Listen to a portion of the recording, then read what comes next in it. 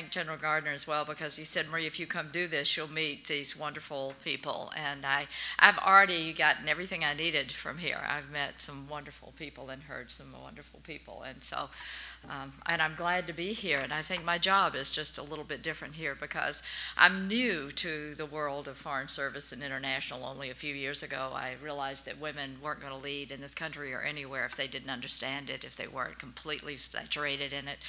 And I've just come from the Fortune Summit of most powerful women leaders across in LA. And it was interesting because I saw so many women who are now leading, whether it's Xerox or some of the projects that are changing actually how water flows in Africa, et cetera. But everybody there has to know international now. It's not an option. Everybody has to be seeped in it. Everybody has to be an ambassador almost. So my job, though, is really to talk to you about leadership. And I want to say just directly to the women in this room, I know that we have a former mayor here, is that correct? And somebody who I heard should have been the governor. It's not too late. That all of you are going to get to lead. You're going to get to lead, because I think Robin said it best. This is a time when if the countries of the world don't use all their resources, we won't be able to solve the very, very complex problems. And so you will get to lead. The question is, are you going to be prepared for it? And are you going to have enough of women leading alongside men so you can be yourselves? When I started the White House Project, by the way, which we're almost in our 10th anniversary, I was a little concerned. It's not just about a woman president. I mean, it got people's attention to call it the White House Project, but it's about really getting a richly diverse and critical mass of women into leadership alongside men in every sector of American society. Because only getting women who look like this country and who represent enough of us allow each of us to be ourselves. But I was at a Salzburg seminar, and I was nervous, because you start something like this, even if you started other things, you say, well, I want to start a project that allows women to lead up to and including the presidency, because I wanted people to know they could lead all the way to the top. You feel like, oh my gosh, this is scary. And I will never forget, in the middle of this seminar, and I was saying, well, I'm concerned about it, and this woman stood up from Ghana. And she looked at me. She was regally dressed. She was absolutely gorgeous. And she looked at me and she said, don't worry, sister. She said, things are messy in the world, and when it's messy, we always get to clean up. So, and I think she was right. I think she was actually prophetic in that way. We're going to get to lead because we need to use all our resources, but things are messy, and we do get to clean up. But I want to remind you, and I always have to say this, that when you are talking about women helping run the world, we are not talking about taking the place of men. And when you're a woman talking about this, you always have to say it, because immediately people say, oh my God, you want to replace men. No, we just want to really transform our options alongside men. And the other thing is, you have to remind people of 2 or 3 things. The first thing is that I'm talking about the United States now. I want you to know that this country is not averse to women in leadership, that we have done research for years, and actually people in this country are comfortable with women at the top of almost every sector, in the 90 percentiles. It's a fascinating thing. Now, we don't lead anywhere near the 90 percentile. There are only 3 areas, interestingly enough, appropriate to this morning, where we still go down to the 70th or 80th, and that is religion, military, and sports. Gun, games, God, they don't know about us yet, you know. But it doesn't drop that low, you know, because there is a comfort level. And I got comfortable with it because I'd had the privilege of 2 things. I had run something called the Ms. Foundation for Women for 20 years, and I had seen women creating the best public policy. The policies around how we dealt with the economy, how we got jobs for people, how we changed health care to deal with things like AIDS, how we made people safe in the world. Women were changing this at the local level, and it suddenly occurred to me, they're the government in exile. They're doing what I thought the government would do when I grew up. They should be in power. And so I thought, you know, I did something that, I don't know, most of you aren't old enough to remember Congresswoman Bella Abzug. Oh, some of you do. This is good. She was really tough, and she used to call me for 10 years. She would say, Marie, why aren't you working to get women in parity and power in Congress? And I said, well, Bella, I'm giving women, and grassroots advocates, and they're changing policies, whatever. And she said, who needs you? And hung up. So she was a very strong teacher. And when I started doing this, by the way, she was dead. So I put a big poster of Bella over my machine when I wrote so she wouldn't come back from the dead, and get me. But I think she was right. And so this is about getting women who have something to bring into the halls of power. And something has dramatically changed with regard to what we're talking about today.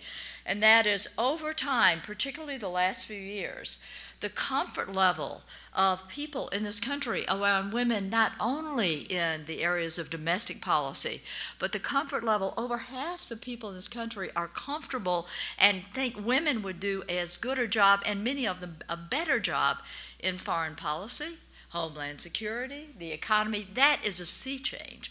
So not only you're going to get to lead, you are going to actually be much more able to lead because of that change. Now, there are a couple of things, though, that you always have to remind people. It's fascinating. The United States loves to think of itself as a fair country, and I think that's good. But, for that reason, they don't want to actually act like there's anything still going on in terms of women's leadership. So what you have to do is remind them that even though, they're uncomfortable, that we're not there. And that actually, I don't know if you know that we are 70th in the world in women's political representation. We're 70th in the world. We have not gotten beyond, in 10 years, 24% of the legislatures of America. We are actually only 16% of Congress after all this time. All of the sectors, it would take us somewhere between 20, 30, and 40 years to get parity at this rate. So it's not like we haven't made progress, because Robin is right. Yeah, we have made enormous progress since women like us got in, but it has stalled to some extent. And right now, though, the situation is ours to change. But you have to remind people that we are not there. As a matter of fact, being out at the Fortune Summit, all these women, you'd think that we were leading every Fortune 500 company. No, we're leading about 13 of them at the most at any given time, sometimes less than that. But we do have a woman running for the president, and that should change things. We do have the head of the National Governors Association as a woman. We do have Nancy Pelosi as Speaker of the House. We do have 2 women senators from Maine who've been taking different positions in their party. I mean, we have some great women leaders. And of course, Madeleine Albright and Condoleezza Rice, whether you agree with the way they've done things or not, have normalized it to have women in foreign policy. So that is great. So what do you do?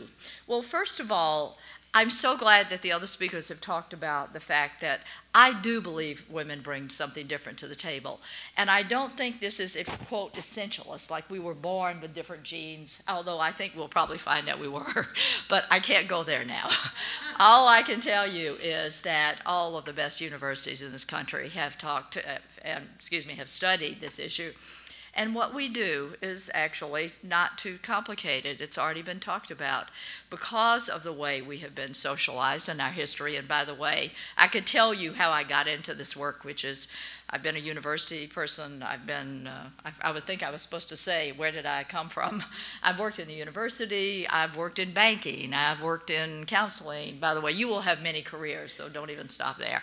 But frankly, I was the mother of 5 children under 6, and none of these things ever looked hard to me because that is the hardest job of all. But what happens, because women have had to lead from the foot of the table, I think you'll agree. It's not that we are essentially a different kind, but women have had to lead like Gandhi led, or other people who have had to bring people together to have any power, who have had to build relationships to have any power. Women bring something different because we have been at the foot of the table. But what's great about this time is the skills that women have learned at the foot of the table are actually not the soft skills anymore. These are the hard skills, because these are the skills that are used for the diplomacy that this world needs. How you build relationships. I was thinking when you were talking about, I asked a woman, when I was in counseling, I said, when did you first know there was something different about being a woman? And she said, when I was a little girl and I knew what everybody at the table needed before they asked for it. Because that's what it meant to be a woman. And to a great extent, That is what is leading to women's power in this field of foreign service diplomacy and war. And I just finished a third copy of my book, which I talked poor General Garner into giving me a quote for Unseen, Why Women Can and Must Outrun the World. And one of the things that is so interesting about it is I got to write something at the very end about why should women be leading in time of war, because that isn't something that's going to come up in this world. But this is why, because we have brought some skills from the foot of the table that are now the hard skills, and now they teach in the Army War Colleges, etc. Well, what do we have to do? I just want to tell you briefly what we have to do to make it happen. It's already been alluded to, and that is we have to look at what hasn't changed, and that is the perception of women in America is what hasn't changed. That's the hard thing that's still there, that keeps us out, is that the perception, the cultural ideology of who women are is not public leader. It is still wife and mother. That public perception and cultural perception. So what we're about are concrete and systematic things that change that perception that allow women to lead. Well, what are those things? Well, first of all, you have to have numbers of women. We have always thrown the most amazing women. I'm sure every one of these women has been an only woman for years in so many meetings, often in their lives. And what does that mean? When you are one woman, you almost have to be man enough for the job, you know? I mean, that's what she was talking about. I mean, how you have to be all things. So we have to have numbers. When Ruth Bader Ginsburg came on the Supreme Court, and now she is in this situation, Sandra Day O'Connor said, it was such a relief. For the first time, we weren't the justices and the woman. We were 9 justices. What we're after is normalizing enough women, you know, so that women can actually, and men can be themselves. We've done all the research underneath this. And you know, one woman running for office is always what we call hair, hemlines, and husband, right? One woman is always like, what does she have on, who's she married to, etc. You get 2 women. I mean, we study this in the press. It's not that the press is bad. They just started looking for what's different. 2 women are either a comparison of what they wore or a cat fight, right? But once you get 3 and 4, it messes them up completely, because they have to look at your agenda. They have to look at your agenda as compared to the men's. And we're not in this for women's sake. We're in it to change the agendas that we're a part of. So we have to get numbers of women, a diversity of women. A part of how we're doing that, we're going to do down here. I have to take a minute and thank this university, because you are providing some of the funding for us to bring what we call Vote, Run, Lead here to this particular area. And we are going to be able to train, as we have done all over the country. We've trained 1,100 women in the last 2 years to run for office. And we're so sneaky. It's so great. We don't tell them that they're going to run. We say, come on in. And let us show you a documentary about Shirley Chisholm. How many of you have ever know about Shirley Chisholm? Oh my God, a political voice in this country, 1973, running for the President of the United States. And you don't have to run. I mean, maybe in the next 10 years you'll think about running. And then we bring all these women in, like, what is your name? The woman who's was mayor? Linda Chapin. Linda Chapin. We'll bring Linda Chapin and other women in to talk. And they'll see these women that actually are making a difference, because that's what they want to know. What if I get into this kind of service, what's going to happen? Am I going to be able to do anything? And when they hear people like themselves, and when they hear a woman like Shirley Chisholm or see her, they're like, okay. And then we give them the skills. We say, oh, here's some of the things you may want to learn: how to communicate, how to raise money, how to infiltrate the party. And by the time we finish, a quarter of them are ready to run. And they run, and they win. We just put, by the way, the first Latina in the Minnesota State Senate, the youngest woman that's ever been in the Minnesota State Senate. Colorado, same thing. We're going into about 12 states now, but we'll be here. And we are training some women. 40% are women of color. 40% make under $30,000 a year. These are women who are from all fields, many young women, but who are now stepping up. So this is what we are doing. We're actually asking you to do something that is about our ambivalence about ambition. You know, what happens with women is we set the bar so high about these jobs, particularly the jobs that men have been in. We know we're going to have to do them twice as good, right? So we set the bar so high that we don't get into them unless somebody else encourages us. Like, I think General Garner's appreciated here because he has encouraged women. Women are courageous, but they need their courage to come from somewhere else, because when you step up and say, well, I think I'm going to run for the city council, people will look at you unless you've done the whole pike, you know, and say, well, what have you ever done? You know, and I've been there. But what you have to do is something that we learn from something called the political ambition studies. Because I want to give you a secret target that you can take with you right now and change this country. And that is, women, a third of men actually step into leadership in different places, in politics particularly, because somebody called them and said, have you ever thought about, excuse me, a third of men step into leadership because they see men there, but a third of women don't do leadership unless somebody says, have you ever thought about politics? Are you in politics? Oh, but you have thought about running for office. What's your name? Barbara Brasheau is interested in running for office. We've recruited a candidate this morning. I have to tell you that women actually think about this, but nobody says. And once you say to them, have you ever thought about this? Then they can go out and say, this woman up front asked me this. You think I should run for office? And then you don't have to say, well, I'm going to run. But what's great about that is that it invites, women won't always be this way, need to be invited into power, invited into leadership in every area. So I want to tell you that I have magic powers because I've been doing this for a few years now. And if in the next 24 hours you don't call some woman, if you don't call some woman and either say, you know, I want you to take the next step in your life, your leadership, or run for office, if you don't do that, something bad will happen to you. Because this is the way we have to do it for now. We have to encourage. The second thing is we have to have the political will to think it's important for women to lead. I love the stories of the women who are in India who traveled the country for 15 years because they thought it was so important to get a critical mass of women into leadership in the local governments. And so they recruited signatures for 15 years so that they could change the laws of India so that women would be these 30%. The women of South Africa after apartheid, you know, said to the men in the African National Congress, we want 30% of the seats. We'll take 30% of the seats. We fought alongside you. We'll take 30% of the seats of the African National Congress. And the men said, absolutely not. And the women all got together. They banded together across every difference. They stood up and they said, 30% of the seats or we vote against you. And the men changed their mind. You know, we don't band together. We don't band together and say, this is what we want. We have something to bring. It takes political will. I can't get women sometimes to walk across the street in this country to file to run for office when a woman in Nairobi will get beaten up and women in Afghanistan will risk their lives in Iraq. So it's really important. You have to change the perception of women as leaders, and I can't thank you enough for talking about culture. Because popular culture and media shape leadership. And you can't do any of this work without understanding that, you know, we went out to Hollywood for years to beg for what became commander-in-chief in this country. On our knees, please make a movie, please make a television show about a woman president. And it didn't last long, but you know what? It changed things. Because women got to see in men and boys somebody saying, command, take the fleet this way. You know, it made a difference.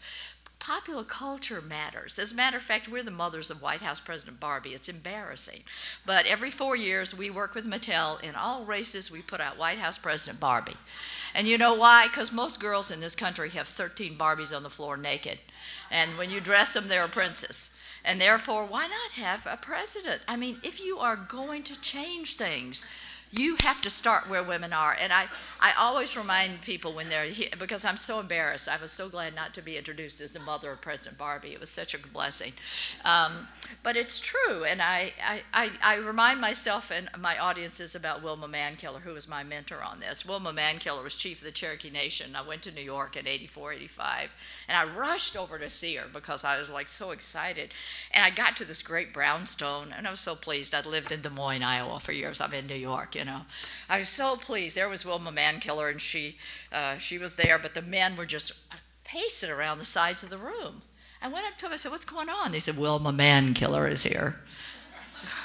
She doesn't look armed, I thought, but Wilma knew what was going on in the room. Boy, she stood up, she looked out at the audience, she said, I just want to assure you my real name is not man killer.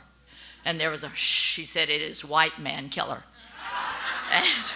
And about that time, of course what happened is just what happened with you. Everybody laughed and everybody said, oh, okay. But Wilma taught me, if you want to change things, you start where people are, not where you are. Not where you are. I mean, I know my research. I can tell you the research behind all of this. But that's not where people are. You can flood them with research. But what you have to get to is where their heart is and what they're watching on television, and you have to change that. And by the way, one of the things we did, though, is we did a piece of research I want to tell you about before I close, is we researched the Sunday shows. We started counting years ago the Sunday shows in America. How many women appear on the Sunday shows? Because the Sunday shows tell you who can lead, tell you what the morning news is, tell you who to pay attention to. Well, guess what? There were 9-1, 14-1, 11-1 guest appearances by men for every woman, and for a woman of color, if Condoleezza Rice weren't there wouldn't be any. I mean, because it's meet the men as a rule, you know. And so what we did was we said, we have to change this. So we put together something called SheSource, which I'm going to get every one of these women on if they're not. But SheSource is an online database of women experts in America that now CNN, ABC, Good Morning America, everybody comes to get women on their shows. And it is fabulous. I mean, it is great. Because every day now, Fenton Communications puts them out. Go online and look at shesource.org. I love it. I go to CNN. They bring their producers in. We put our database up there. You can type in anything and find a woman. 80% of them, 80 of the 400 are in international security. So, you know, again, making it normal. And they're like, where did you find these women? I want to say sometimes I'm so cynical, at the grocery store. You know, because there are so many women who could change how we think about security if we had them out there. Finally, one thing that really, I said at the beginning, but has really come to fruition for me is understanding that women have to have enormous authority, and authority on the issues of security. They have to be seen and heard talking about the military budget. They have to understand the military. They have to understand the issues that I actually came into fruition on, which was the human security issues, because there are more experts than me in the room that know that war has changed, and so have the strategies that we have to deal with war. And therefore, it's not just a matter of military, it is a matter of all the things that these women know how to do, which is to build relationships, diplomacy, human rights, human resources. Those are the issues that will change security. But I decided we must get women as authorities on, on security.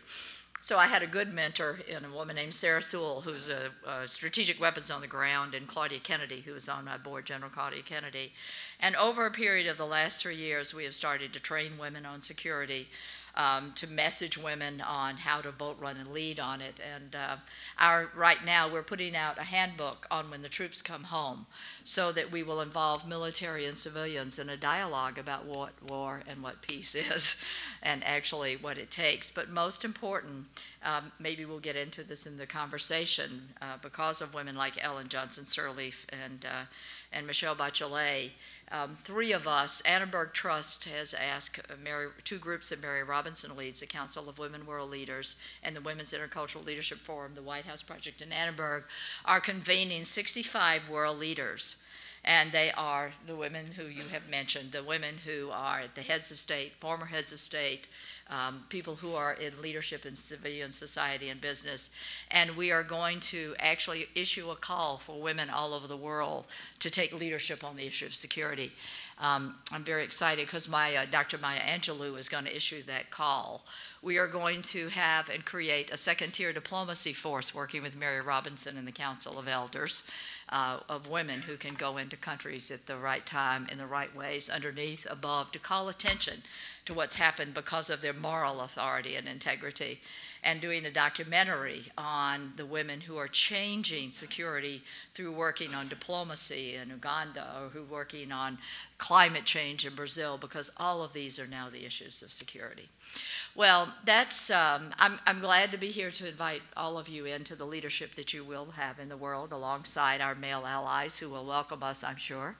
I was in a cab with a man from Eritrea recently. He had no idea I knew about Eritrea. He said, "Get those women in quickly." And I thought, we have international support.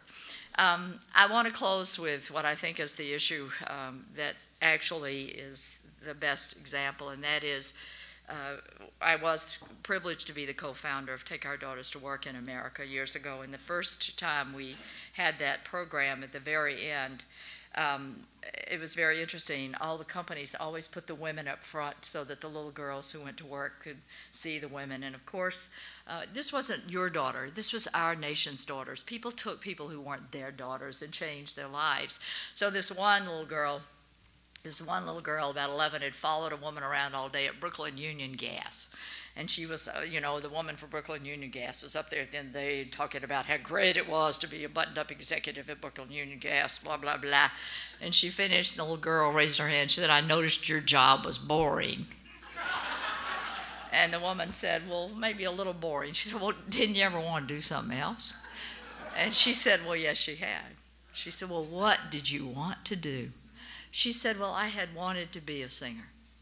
And the little girl said, "Well, sing me a song." And sure enough, this woman who had never been seen as anything but a buttoned-up executive at Brooklyn Union Gas started belting out, "Memories like the corners of our world." And I so was moved, because I think our daughters watch us. I think our sons do too. And they say, "What songs have you stopped singing? And what parts of yourself have you cut out to come into this world every day?" And I would like you to bring those back. And I think that's what we're talking about when we talk about bringing women in, is bringing all of our songs and all of ourselves, for women and men who have not been able to sing all their songs, in, and have us be able to sing another song about what it means to be a democracy. Thank you.